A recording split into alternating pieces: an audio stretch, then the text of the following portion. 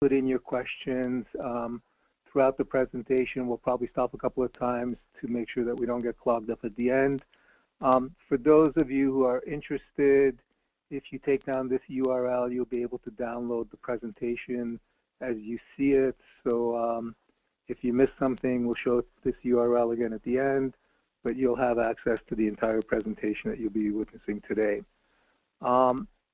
What we want to talk about with respect to prospecting is not along some of the dialogue that you're hearing these days, whether it's, social selling versus traditional type of prospecting versus email directly or mass type of email, or, whether you're into referral selling or even using text, which a few years ago wasn't fashionable, but seems to be the rage now, and in fact using snail mail. To us, it's not about the format. We're going to talk about two very specific things.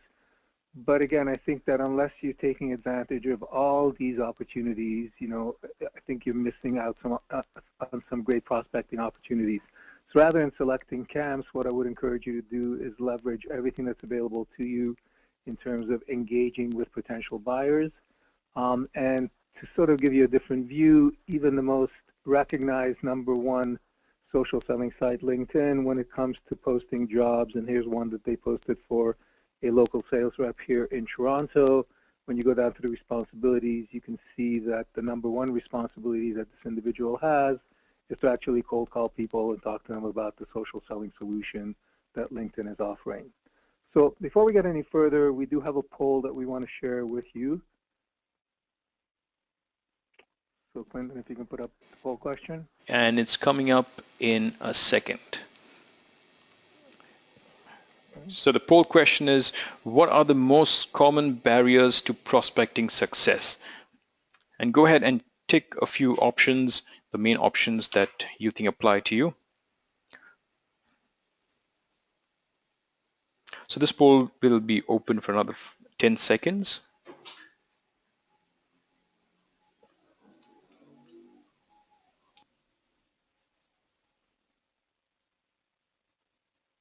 I'm closing the poll right now,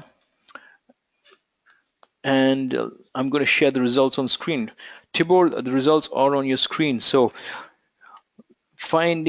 leads and not finding the right buyer, those are the two topmost. In fact, finding the right buyer is the toughest thing on the list. Right. So not surprising to hear that, because I think we expected that that would be those things. And the first thing that we are going to talk to you about is, again, what we find consistently between eGrabber and the work that I do with various companies across a number of different sectors is that the two most common barriers to prospecting success are the quality of leads. So whether you look at total access to leads, or more importantly, quality of leads, are you getting the right person who's going to be able to make the decision that you want them to make?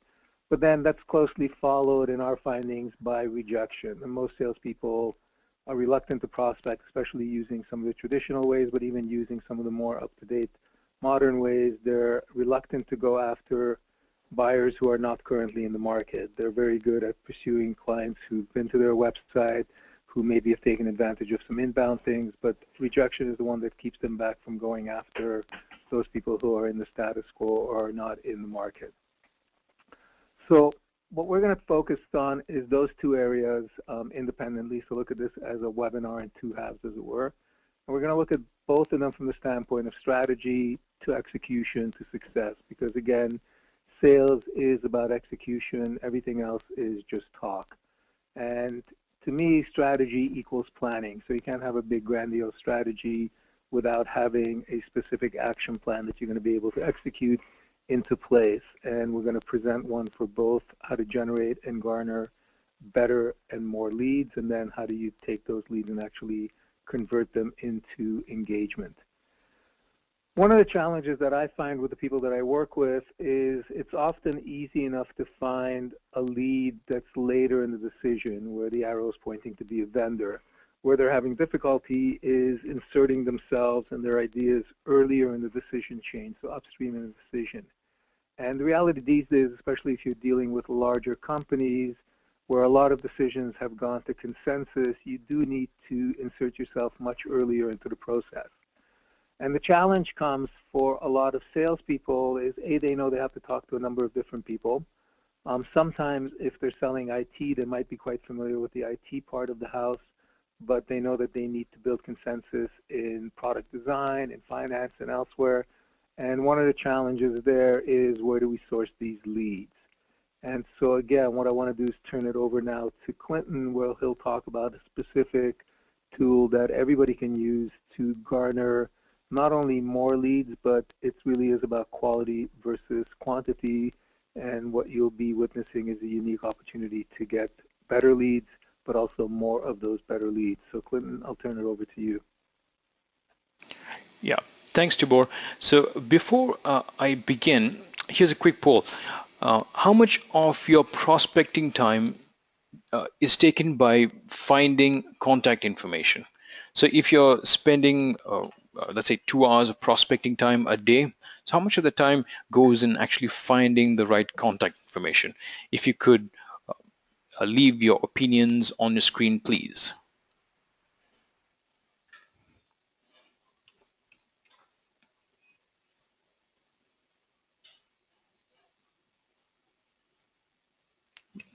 Right? I'm going to leave that on for 5 more seconds.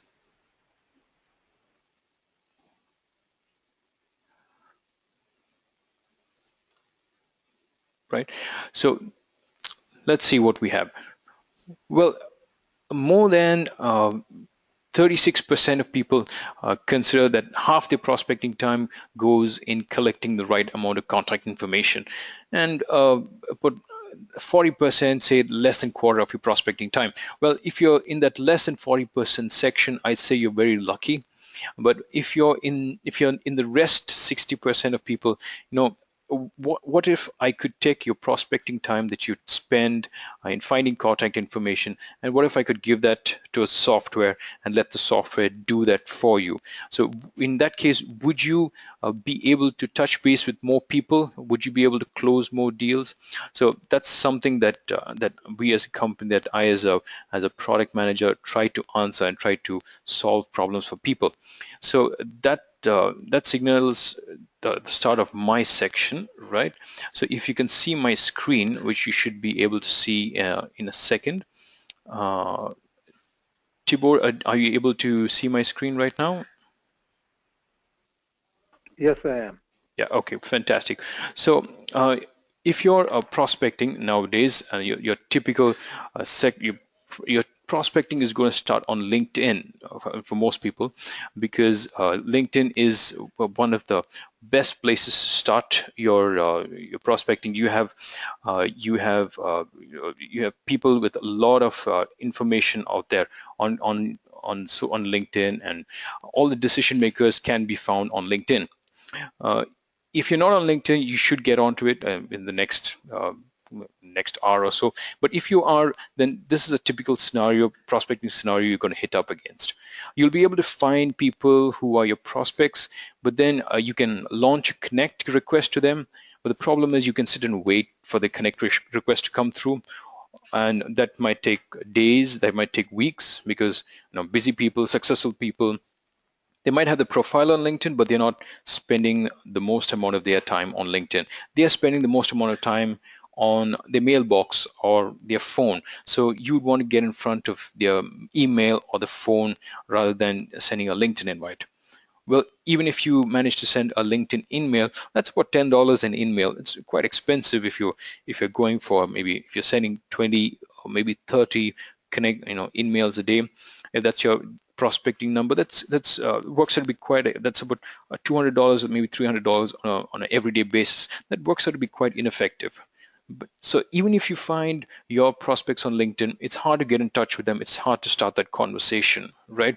So what you really need is an email address. So that's where we created a software called the Email Prospector, which can get an email address for you, so that you can send an email with all that information and begin your prospecting from there. Right now, in about another 5 minutes, I'll hand the floor back to Tibor. But before that, I'd like to show you the email prospector and what it can do, what we invented it for. And we kept in mind the sales professional and how little prospecting time that you have. And we said, how can we get you on the phone? How can we get you on the email, talking to prospects more, and save you the hassle of getting contact information? So that's why we invented the email prospector. We call it the email finding tool. So very quickly, let me give you a demo of the tool. Right, so if you can see on my screen right now, it's a little application on your desktop. So all you need to do, if you want to find anybody's contact information, you just type in their name and their company. Like right now, I'm typing in Tibor's name and company, and all I need to do in the software is press an enter key or press a button, and it goes ahead and finds Tibor's email address and gives it to me. Now, how could you use this tool? Well, let's say you're on LinkedIn like you have over here, and here's a LinkedIn search that I've done, CEOs in information technology in the Silicon Valley area, because that's where my prospects typically are. Let's say if I have a prospect over here, Steve, he's a CEO at a company called Accelerance. Now, nice to connect to him, but don't know when he's going to return my connection request. Don't know if he's going to engage with me after that. So if I need to engage him on his email address, if I need to start connecting to him very quickly, all I need to do is take his name and his company, paste it into the account research, into the email prospector tool like so. And if you can see the tool on this side, it's found Steve's email address. It says steve@accelerance.com. And this tool is so simple to use. You just keep adding contacts to it as you go, and the tool keeps finding people's contact information. Now, one question you might have is, where do I get everybody's email address from? Well, that's an interesting question because I don't keep any database. eGrubber doesn't keep any kind of database, and I will address the question in a moment. But whether you take your prospects from LinkedIn, or you have an Excel sheet, or you have purchase leads, or let's say you go to a press release like this, and let's say you're sourcing from press releases, and you're using trigger events to source from press releases, or let's say your team is sourcing leads from press releases. All you need to do to get whoever's email address is mentioned on the press release, copy their name and company and put it into the tool, and the tool very quickly finds their email address. And hey, if you like pursuing companies, specific accounts, if you like to go to the management page of specific companies and find out their contact information, no problem. Go there, type in the name and company of whoever you're looking for. In this case, I'm trying to go after the SVP. So I type in his name and company and press another button, and this software goes ahead and finds his email address. So that is the email prospector tool that we have that enables you to cut down on your email prospecting time. And if you notice, it took maybe about 5 seconds to find his email address. And the brilliance of this software, the secret of it, okay, is the fact that, let me show you where it gets all that email address from. This software goes to the internet and finds email addresses. So a lot of people leave email addresses on the internet. So this tool is very adept at finding contact information if it's placed on the internet. And if it's not there, this thing is intelligent enough to look for colleagues of your prospect. If your prospect is a CEO and the CEO hasn't left his contact information, his email address on the internet, maybe the human resources, maybe the marketing people, maybe the sales department left the email addresses on the internet. So then this thing takes an educated guess and tells you what the person's email address could be. Now, how good is this? Well, we even got a patent on this process, and we rolled out this tool last month. So we're launching it to the market right now, and it's really good. How much is the tool? Well, it's worth a lot if you have a very short time for prospecting. For email addresses, this works out to be perhaps maybe 10 cents, 20 cents an email address that you can use it for. So for an annual license, although it looks like a $5.95 product, a $5.95 license, there is no top cap on the number of email addresses you can find using the tool. So that makes it a very valuable deal for you. And if you're looking at LinkedIn, LinkedIn costs you about $10 in an email. Well, this tool is a $5.95, and as many email addresses as you want. It's a really good deal for $5.95. Okay, and if you're on this webinar as a special deal, if you pick this tool up in the next 48 hours, there's a $495 price tag on the software, so that's $100 off. But since since we are launching the tool fresh, okay, if you like the tool, if you want to pick it up in the next 3 hours, if you want to talk to us and have a look at it in the next 3 hours after the webinar, there's a special price of $395, so you can save $200 off on this tool. So if you want to have a look at it in the next 3 hours or pick it up in the next 3 hours, leave your phone number on the GoToWebinar chat now and we'll get back to you. And this price is available only on this webinar, so make sure you leave your phone number over there. Now that said, that's all from my side, and it's back to Tibor to tell you, once you he's going to tell you right now, once you have this contact information, how you're going to use it to actively prospect people and run your business from there. So Tibor, you should be seeing the presentation controls in your screen right now. Yep. Okay. Yeah, and I can see your screen. So back to the action. So you've got the leads, but there's still the barrier that I see a lot of salespeople facing, is whether it's time to pick up the phone or whether it's time to send them an email or whatever the case might be. There's this constant fear of rejection. And to me, that's one of the #1 reasons why salespeople don't do enough prospecting, is that they're in fear of rejection.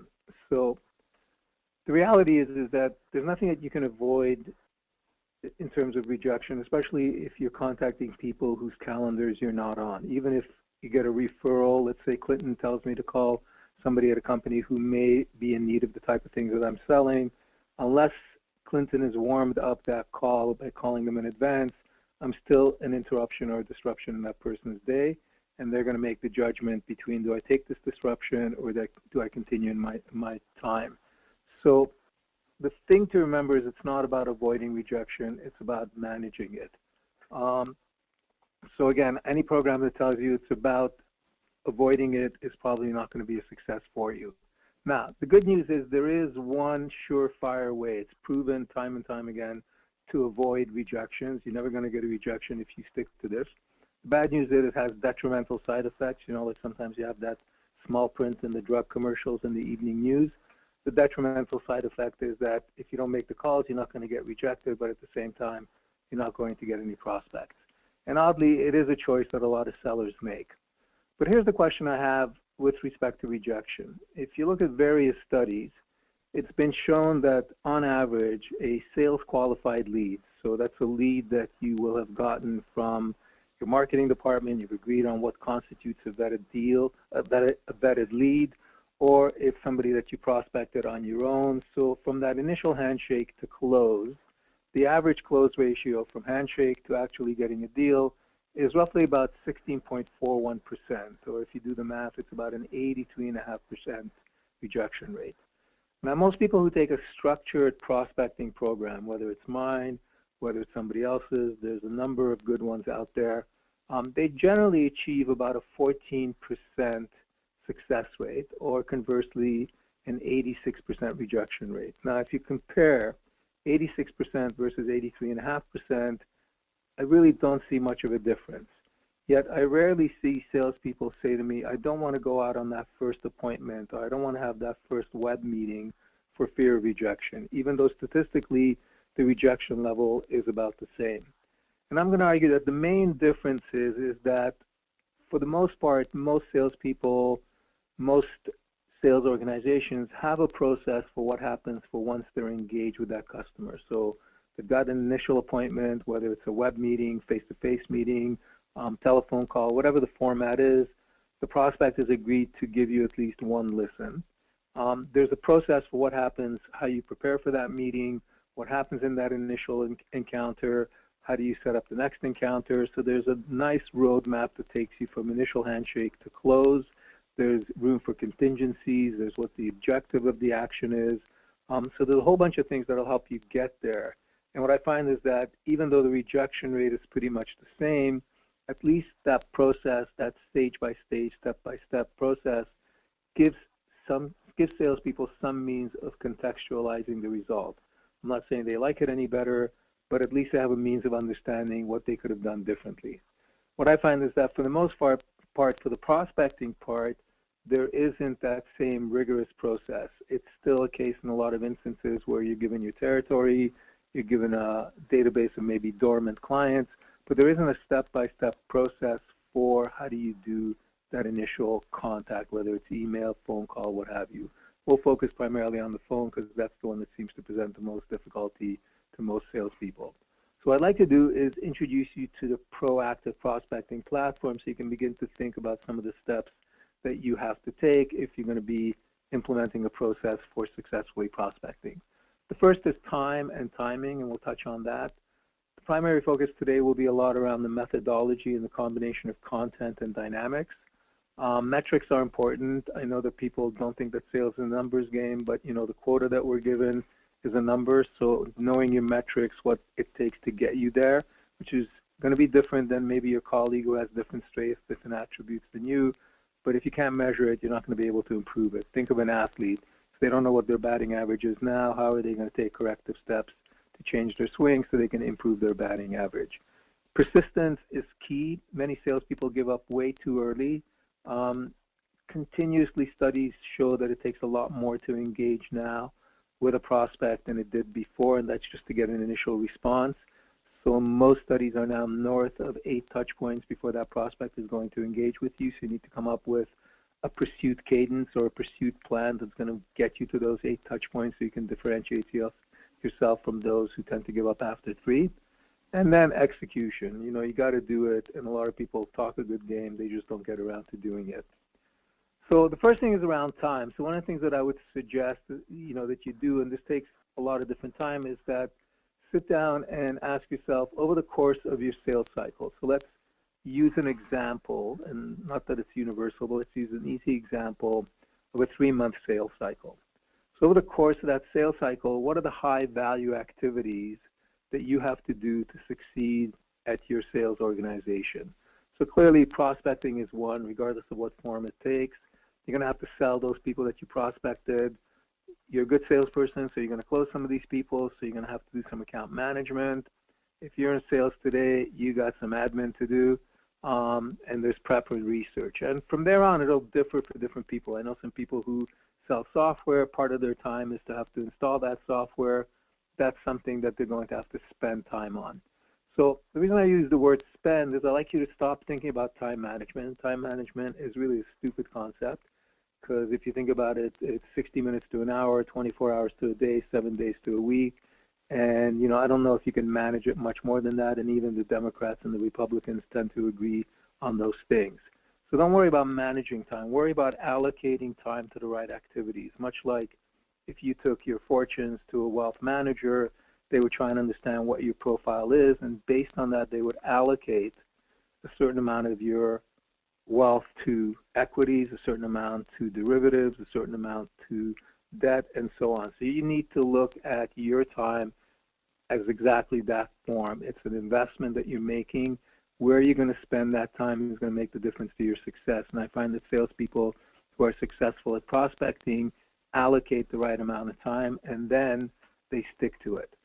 So I think you need to get into a habit, just like when you're getting into a fitness program or you're quitting smoking and so on, is really putting that into your calendar. And one of the things that you need to spend time on, so it needs to be allocated in your calendar, is planning time. Most salespeople do an annual plan, and then they tend to spend the rest of the year running away from that plan. So you need to plan that on a daily or weekly basis.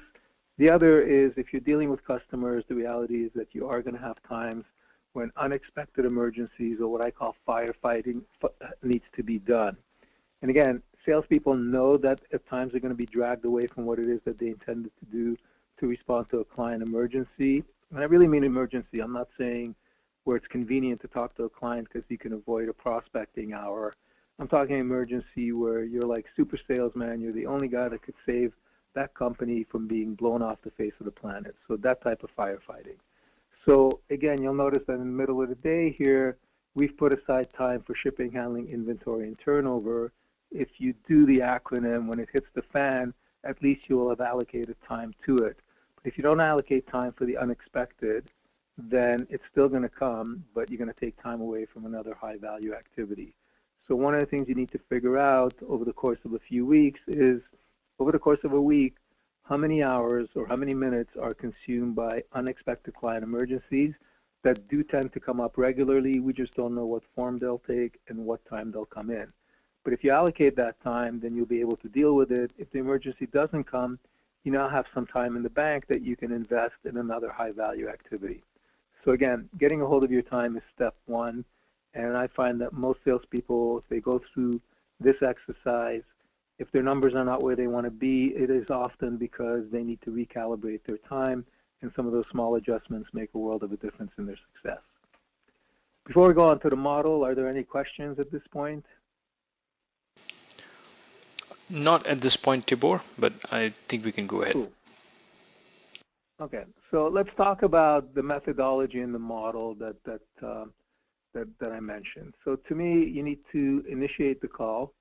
You need to engage the customer. And one thing I'll tell you, that nothing engages the customer less than when you talk about your company. So you need to figure out what it is that they want to talk about, and we'll touch on this, but I focus on their objectives a lot. And then I take advantage of what I call impact questions. Those are questions related to my engage statement that are going to bring the customer into the call and set up our opportunity to request the appointment.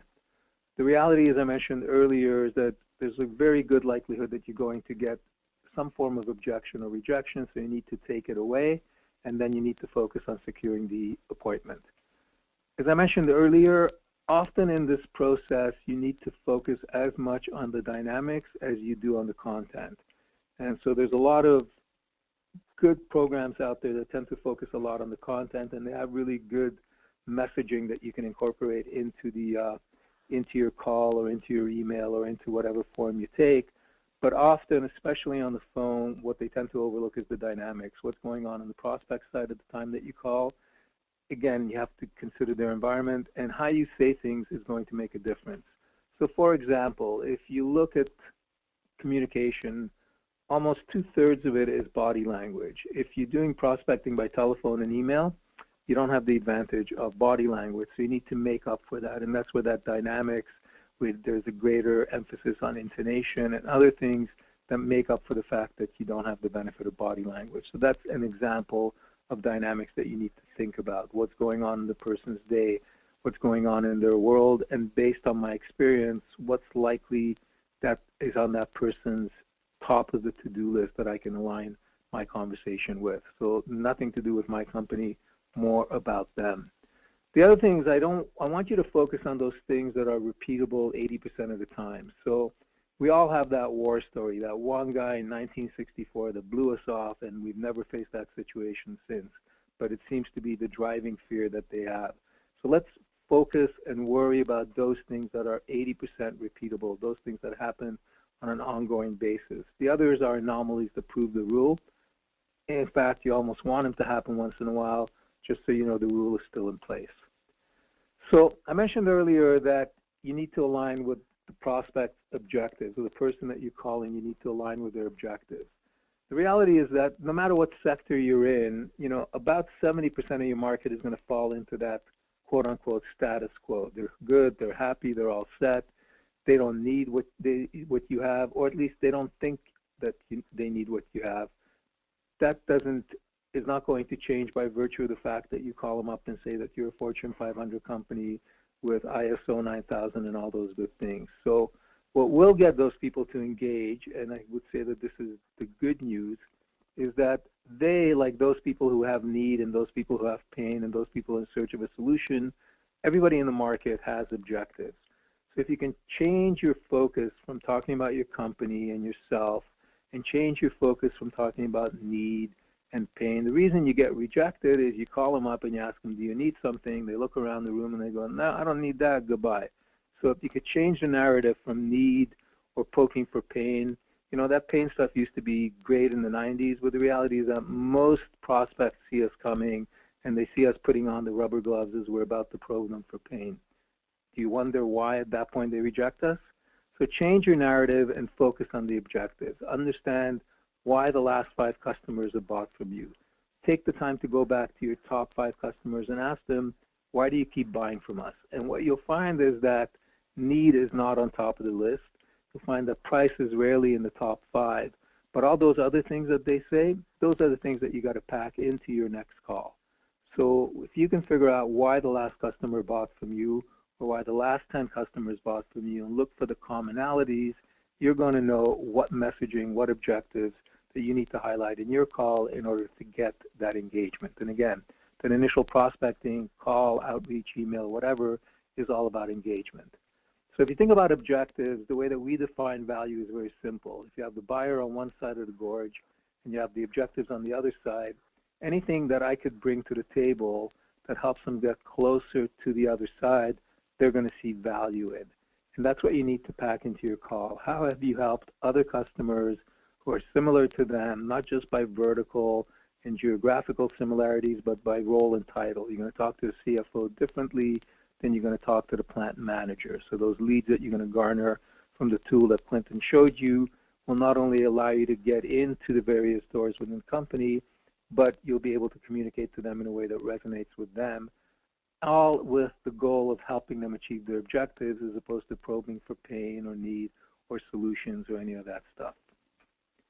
The other thing to remember from a dynamic standpoint is most of the people that we're calling today, they're trying to pack 16 hours into a 10-hour day, right? So by 8 o'clock, they're finishing off yesterday, and by 10:30, they're behind the 8 ball. So unless you are on their calendar that day, you have to accept our role is disruptive marketing. So when I call somebody out of the blue because I read an article and I figure there's things that I can help them with, unless I'm on their calendar, I'm a disruptive call. So even again, going back to referrals, unless somebody has called that individual and say, hey, Tibor's going to be calling, you should take his call because he's got some fantastic stuff. And by the way, all of you should do that, call everybody you know. Unless you did that, you're a disruption and you need to deal with that dynamic. And if you don't, you're going to be working a lot harder than you should be. And I'm going to argue you're going to get a lot less engagement than you potentially can. So one of the things that we recommend is that you actually draw it out. So if I'm going after a particular company, you know, and I'm going after 3 or 4 roles. So again, you've gotten the leads using Clinton's little machine there.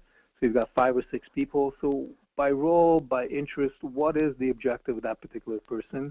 How have I been able to help other companies? And I would suggest that you identify 3 specific impacts. So in my case, I'll say, you know, if you go to my website, there's a case study there from a technical recruiter. According to their internal measures, they were able to increase the number of appointments after having gone through my program by 25%. So if I'm calling a business partner or managing partner at a recruiting firm, that's going to be one of the impacts that I'll talk about in terms of productivity and finance. And then the other product, I have another recruiter who's told me that based on what I taught their people, they were able to get 2 of the top 10 target accounts that they had for that year coming right out of the program. So we're talking about specific outcomes, not bits and bytes from your brochure or quote-unquote value props, but actual impacts that that prospect is going to recognize because they have similar objectives and they have similar type of things that they're looking to achieve. And then lastly, we talk about what advantage we bring to the table. But if they don't recognize themselves in the early part of your statement, and even if you're a Fortune 500 company, they're not going to recognize themselves in that, you're not going to be able to get around to talk about the advantages. So focus on the objectives and how you've been able to deliver specific impact to those objectives.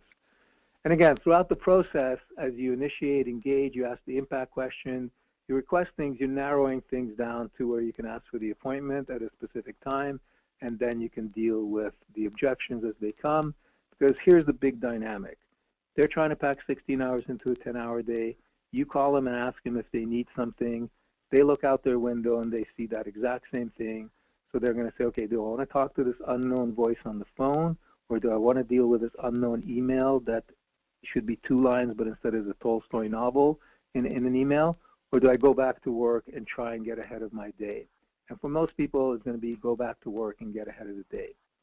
So as I mentioned earlier, one of the positives is that 80% of the time, 80% of people that you're going to call are going to give you one of 5 of the most common objections. So as the cartoon says, I can't cover the entire spectrum, but I figure if I can help you understand what the 5 most common objections are, and you have a means of managing and dealing with those objections and using them to extend the conversation as opposed to shutting it down, I figure that's pretty good odds, because if you've been on the phone for any more than a day, you're probably familiar with these 5, so you should be able to manage them on an ongoing basis. So again, it's disruptive marketing is a key thing to remember. If you're not on the calendar, expect that you're an interruption. And the 5 big objections, one of which you're going to get 80% of the time, is they're going to tell you they're all set, they're good, we're fine, we don't need any, we're happy with the guy we have, anything that puts them squarely in the status quo. Now, if you don't ask for needs, you might be able to minimize that. They'll tell you to have no interest, and for some companies I work with and myself, sometimes it's in the form of shorthand. They'll hang up, and I just assume they're not interested. They'll tell you they don't have time now, they're really busy now, or they'll tell you to call back in 6 months, or they'll tell you to call back 3 days after the second coming, but they just don't have any time. They'll talk to you about a bad experience, whether it's with your company, somebody in your industry, somebody in your universe, but they've had a bad experience that they're carrying around and happy to share with anybody that calls them. And then finally, the ever-present send, the promise of hope that if you send them something, that they'll be able to have a really deep down discussion with you and they'll be a buyer. It's the easiest and quickest way to get rid of a salesperson is to ask them to send stuff. So again, it's what you do with these as opposed to how you avoid them. And let me give you an example. Typically, let's say I go into a local JCPenney with my wife and I walk through the door and somebody mid-conversation says to me, may I help you? I, like probably 99% of the population, will say I'm just looking, and then 5 minutes later I'll be complaining to my wife that, this place has no service, what's the deal with these young people these days and all that. And that's basically a conditioned response. The reason 99% of us say just looking, we're not thinking about it. We went to the store voluntarily, but it's a conditioned response that we say just looking. So let's take the same scenario, same wife, same JCPenney's, everything's the same. Same clerk comes up to me and says, may I help you? And I say, I'm just looking. But this time, instead of just accepting that at face value, they say something to the effect that, that's okay, if you tell me what you're looking for, perhaps I could show you where to find it. Now, a lot more of us at that point will engage with that person. So it's the same thing when you're doing prospecting in B2B. If you can change the direction of the conversation, if you can deal with the rejection and take it for what it is, which is a knee-jerk reaction, you can probably take that conversation in a different direction. And often that direction is to actually getting engagement, because they're not thinking about that first response. They're just sort of giving it away because they're in the midst of doing something else at the exact time that you called them. So again, it's what you do with it, not how you avoid it. So the way that you generally deal with it is this 4-step process, which is you need to acknowledge what they say. You need to then offer up something that's credible, that's going to involve them, and at the same time, get them to commit through ending that flow with a call to action. Now, if you take down this URL, you can download the Objection Handling Handbook. It's something that we normally sell on our website for about $13, but if you go to that URL, because you're part of this webinar, you'll be able to download it, and it'll go through in detail with the top 5 objections that we talked about, how to deal with them, and it's got a couple of other little bonuses that you'll be able to take advantage of. Clearly, if you have questions as you read that, don't hesitate to call. Voicemail, you should always leave voicemail if for no other reason that it takes a lot of touch points these days that we talked about. It takes at least 8 now. We're up from 4 to 7. And again, the whole idea with voicemail and the mistake that people make is that they try and sell through voicemail, but the #1 objective for voicemail is to get that call back. And the other is they'll ask you to leave a detailed message, and the reason they ask you to leave that detailed message is so they know why it is that they don't have to call you back. So what you need to come up with is a format that allows you to not get to the point where you need to defend an objection, but that cuts off the call after they initiate. And again, the methodology is as follows. It's a simple, straight-through process, and you need to make sure that it's also part of an ongoing touch campaign that you have. But again, the goal here is to use the voicemail as a bit of a mystery. And as you can see, the example here is that I use one of the competitors that I may have worked with as an opportunity to get them to call me back with respect to that. And if you go to youtube.com/sellbetter, there's 3 or 4 videos that go into quite detail. Those people that have put it into practice have had tremendous results. Those people that don't put it into practice have no results. And again, it comes back to execution. But keeping in mind that you need the touch points, you do need to come up with a pursuit cadence. So I tend to call people on Monday. Wednesday I'll call them again. Wednesday afternoon I might send out an email. In that email saying that I'll call you back tomorrow at 11. I don't expect them to be at their desk at 11, but at the same time, if I call at 11 the next day, I will have demonstrated that I actually follow through on what it is that I'm saying. And then don't forget there's snail mail, there's LinkedIn, there's a whole bunch of other ways to touch customers. So the reason I bring this up is there is a tool that complements the tool that Clinton talked through, which is the proactive prospecting application that you can take advantage of. And I'll give you a quick walkthrough, and then you'll get an offer or an opportunity at the end. Technology is not my friend, but while we're doing this, are there any questions? Yes, Tibor. There's one question which talks about social selling and cold calling. So they want to know whether social selling and cold calling can be used together. Absolutely. I don't think there's a separation of church and state here. I think often people will gravitate towards one versus the other because they don't like one. So I know an individual out in Alberta who's deathly afraid of the phone, so she only uses email. But unless you have that mortal fear of the phone, I would be a great example where I've done as much successful selling through social media as I have by picking up the phone, and I find the best results is when you combine both. So I don't think it has to be one or the other. As I said at the beginning, to me, the best salespeople are the ones that integrate all the tools and all the elements that are available to them. So quickly walk you through this, that it's the opportunity to basically do the entire proactive prospecting program. And as an example, when you get on the phone, there's various chapters. Within those chapters, there is a video that you can watch, and I'm not going to torture you by making you watch the whole thing, but suffice it to say at the end of it, there's a specific task or specific exercise that I ask you to do, and the idea then is that you go to that exercise and complete it, and you go through stage by stage as the program evolves. Now where the difference is most of the training that's done doesn't stick because there's no follow-through. So the program has a number of different tools that are available to individuals and organizations. So one is a mentor-mentee, where you can be mentored either by an internal person or through me if you're using the app directly through me or through a company. And the idea is that we can develop specific coaching tasks for you. So it recognizes that each of us learn at a different pace than the others. And as I say, technology is never my friend. And you can give that a name. So let's say you wanted to do something around social selling, and I gave Clinton an exercise to do, so I can give it an image, and I can give it a start time, I can give it a complete time.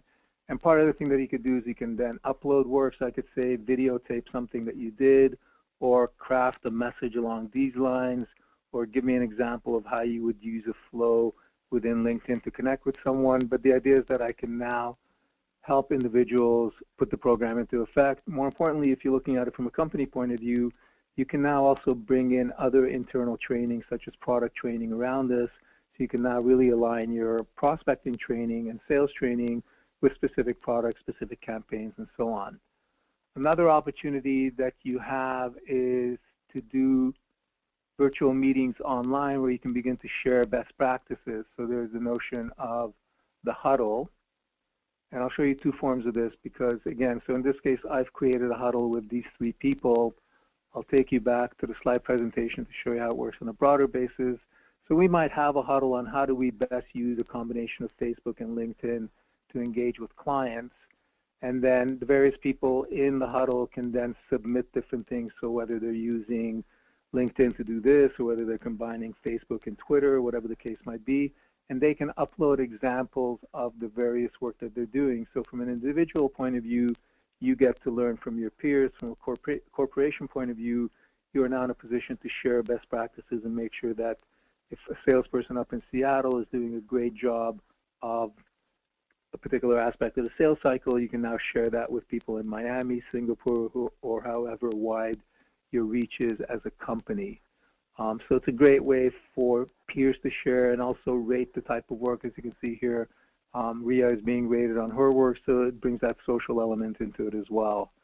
The other thing that you could do is a hustle. So let's say you wanted to create a sales contest around a particular product, or you were looking to see who can create the most prospects over the course of a week or what have you. Again, you can have a leaderboard. Those leaders can share their best practices. So the advantage, again, is that you're not only sharing things, but if these are related to specific products, who has the best approach for selling, the highest margin product, who's done the best job of engaging with a vertical that maybe prior to this we've not had a lot of market share in. So it's a really great way to integrate internal elements with best practices, but around the solid sales, in this case, a prospecting methodology. So as part of the program, as Clinton said, they're having an offer for the eGrabber tool. We're putting an offer out there as well that we're offering for those people who email me in the next couple of days with the subject line of webinar app special. We'll give you 25% off the annual subscription, and then without giving any secrets away that we'll announce following the event, Clinton and I are also getting together that if somebody subscribes to either his offering or my offering, they'll get an added bonus vis-a-vis the other one. So if you subscribe to the eGrabber tool, then we'll give you a further special on the proactive prospecting app, or conversely, if you subscribe to the proactive prospecting app, you'll also get a further offer over and above what we're offering today on the eGrabber tool. So by way of credibility and so on, just to give you a sense, as Clinton said earlier, I'm the co-author of the book on trigger event selling called Shift. I'm recognized both in social selling circles as well as cold calling circles. And the added advantage to using the app, and my clients have, is that I tend to do almost on a weekly basis what I practice and preach in the program and what we talked about today. So we'll open it up to questions to either Clinton or myself. Again, I remind you that you can download today's presentation if you go to this URL, and the URL for the Objection Handling Handbook is in the presentation, so feel free to follow through there. And again, if you want to take advantage of the offer on the Proactive Prospecting app or the eGrabber, let us know. We'll be happy to set you up. Any questions at this point? Yeah, Tibor, there's a question on when the app that you are showing will be available. It's available right now, sort of late beta stages, so it's going to be live. I'm saying by mid-month, so it's probably next Monday, but let's be safe and say the 19th, which happens to be my birthday, so it'll be a great birthday gift.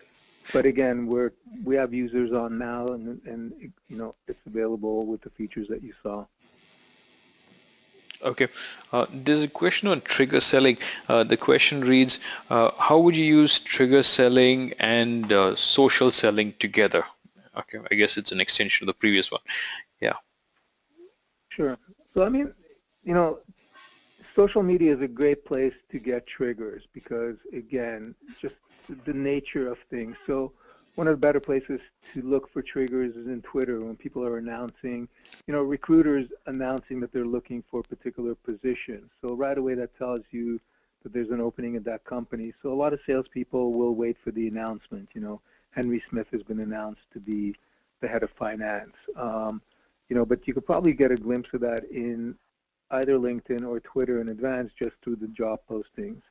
A different thing would be a change in environment, whether it's regulatory and so on. It'll trigger that, and then you could use social media to track down the individuals that you need to speak to, whether it's taking advantage of the eGrabber tool that you saw earlier, or going to other types of things like Twitter or Facebook or anything like that. So I think the first thing, as with most of these things, is to know what triggers make most sense for you. Are you looking for a change in personnel? Are you looking for a change in economic conditions? Are you looking for regulatory changes? And then you could set those things up. And it's relatively straightforward. You can find stuff on YouTube, how to set up searches and ongoing searches in Twitter, LinkedIn, and so on.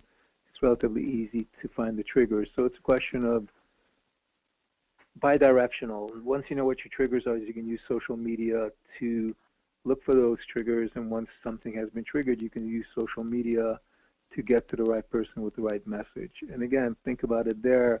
When you're talking triggers, don't ask them if they need, talk to their objectives. Thanks, Tibor. So there's a question which relates to eGrabber, so I'll take that. It's worded, it's how does email prospector work? So I'm guessing that they want to know whether it can work only on LinkedIn or anywhere we have a name and company. So what I'm going to do is I have a blog post which I'm pasting on everybody's chat. So that blog post gives you an idea of how you can use the email prospector to leverage LinkedIn and to leverage your other events, maybe your trigger events, maybe your social cues to get more leads, more pipeline, more prospects added into your pipeline. There's one more question which is related to eGrabber, which I'll take. What if the company's email address is not in your database? Can you confirm the emails, or do you just confirm the format? What the eGrabber does is eGrabber doesn't maintain a database.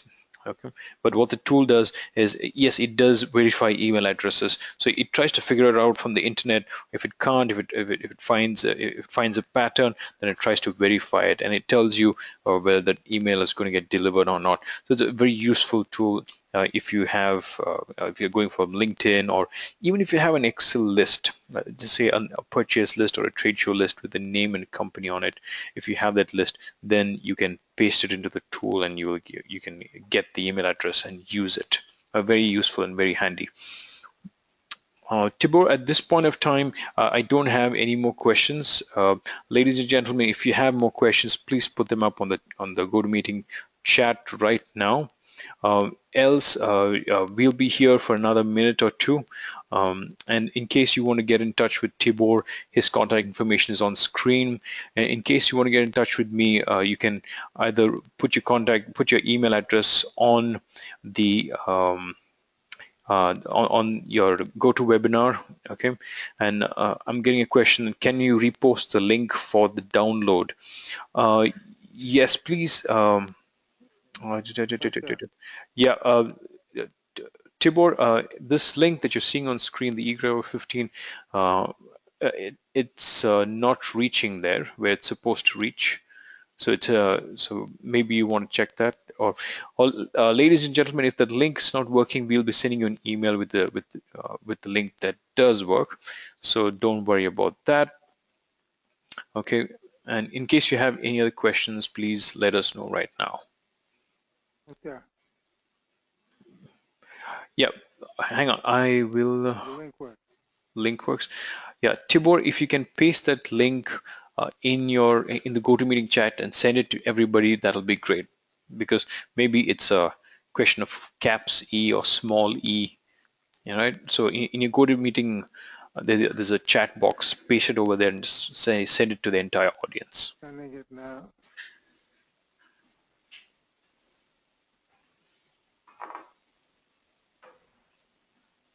I'm just trying to find everybody. I'm gonna.